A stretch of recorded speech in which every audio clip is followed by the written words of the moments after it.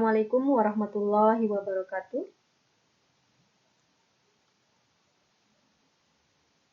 Nah, pada kali ini materi kita yaitu mengenai dimensi 3. Ini adalah materi pertama untuk matematika wajib di kelas 12.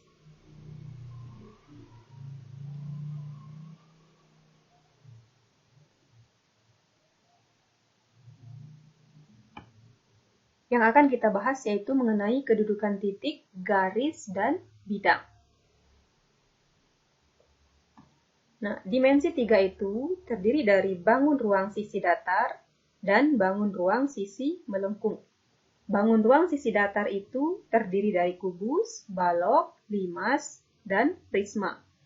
Nah, bangun ruang sisi datar ini memiliki jarak dan sudut. Kemudian untuk bangun ruang sisi melengkung, yaitu terdiri dari kerucut, tabung, dan bola. Masih ingat kan bentuk-bentuk bangun ini? Ini adalah pelajaran dari kalian masih SD.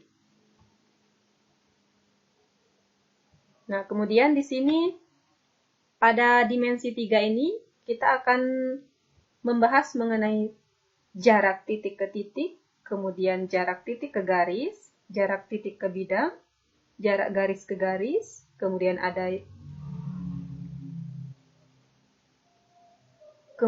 jarak garis ke bidang dan jarak bidang ke bidang. Mengenai sudut, yang akan kita bahas yaitu sudut antara garis dengan garis, kemudian sudut antara garis dengan bidang, dan sudut antara bidang dengan bidang.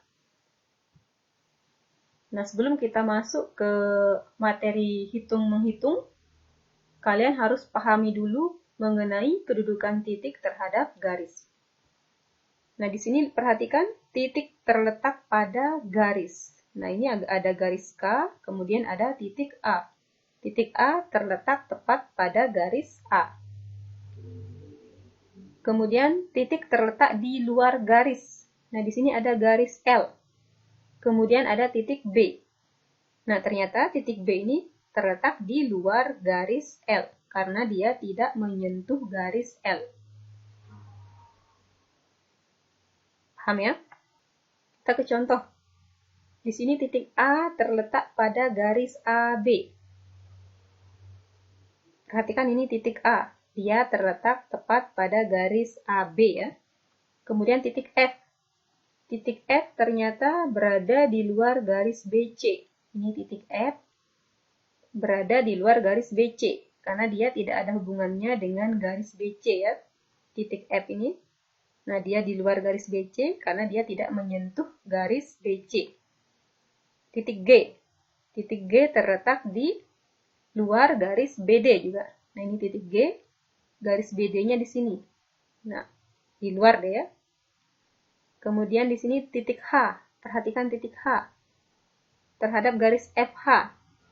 Nah, titik H dengan FH. Ternyata dia terletak pada garis FH. Paham ya maksudnya? Nah, sekarang kita ke bangun limas ya. Kedudukan titik terhadap garis. Masih seperti tadi, perhatikan. Kalau dia titik terletak tepat pada garis, titik terletak pada garis maksudnya titik itu tepat berada pada garis yang dilewati. Sedangkan titik terletak di luar garis yaitu ketika titik itu tidak menyentuh garis yang dilewati ya. Itu maksudnya dia di luar. Contoh, titik B terhadap garis BT. Nah, ini titik B terhadap garis BT.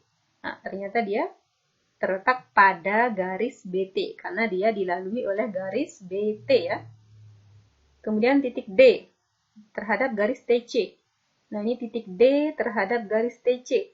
Ternyata dia tidak ada kaitannya titik D itu dengan garis TC sehingga dia berada di luar.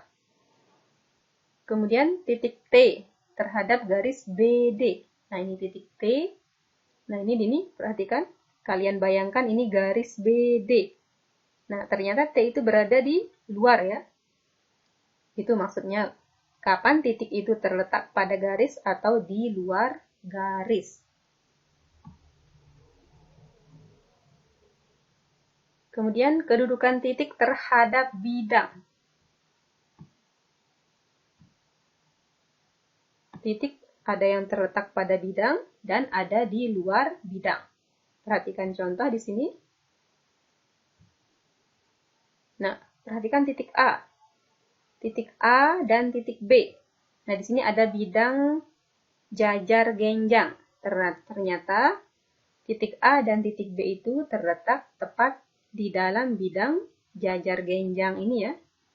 Sehingga dia terletak pada bidang. Nah, sedangkan titik C. Perhatikan titik C, ternyata dia berada di luar bidang jajar genjang ini. Itulah sebabnya dia dikatakan di luar bidang. Ada gambaran ya, untuk memahami kapan dia berada tepat pada bidang dan di luar bidang. Nah, sekarang kedudukan garis terhadap garis lain. Apa maksudnya? Contoh, perhatikan ini garis G dan H. Nah, di sini di dalam bidang jajar genjang ada garis G dan garis H. Dia berpotongan di titik A. Berarti kedudukan garis G dan garis H ini maksudnya adalah berpotongan. Nah, kemudian di sini garis G dan garis H. Di sini dia terlihat seperti satu buah garis. Ternyata garis G dan garis H itu dia kedudukannya adalah berimpit. Itu sebabnya dia terlihat seperti satu buah garis. Kemudian di sini ada garis G dan garis H. Nah, kalau bentuknya seperti ini, kedudukan garis G dan garis H itu adalah sejajar.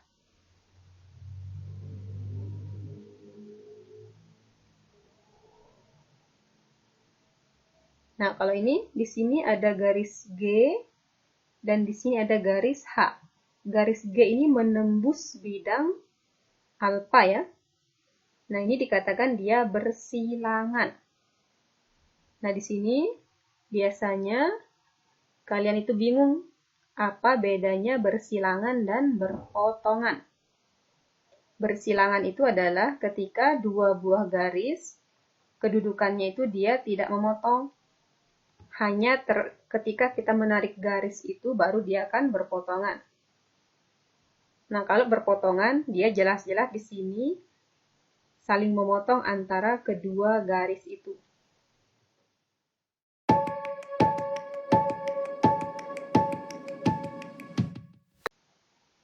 Nah, sekarang kita ke kedudukan garis terhadap bidang. Contoh. Nah, perhatikan di sini ada garis G ya, terhadap bidang alfa. Posisi garis G terhadap bidang alfa ini adalah garis terletak pada bidang, karena dia berada dalam bidang alfa atau di dalam jajar genjang. Kemudian di sini ada garis G terhadap bidang alfa.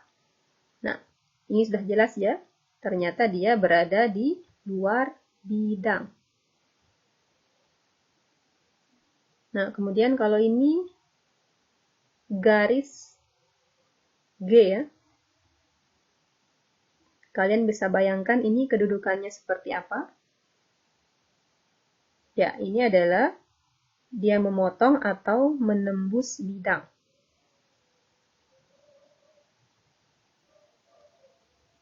Kemudian kedudukan bidang terhadap bidang lain. Contoh, nah ini ada dua buah bidang, yaitu bidang alfa dan beta. Nah, dua bidang ini ternyata saling berpotongan. Sama seperti garis ya, kedudukannya. Kemudian di sini bidang alfa dan beta. Dia terlihat seperti satu buah bidang. Kalau dia terlihat seperti satu buah bidang, ternyata kedudukannya adalah saling berimpit. Paham ya? Kemudian di sini ada bidang alfa dan bidang beta. Kedudukan kedua bidang ini adalah Ya, dia dua bidang yang saling sejajar. Semoga video pembelajaran ini bermanfaat. Terima kasih. Assalamualaikum warahmatullahi wabarakatuh.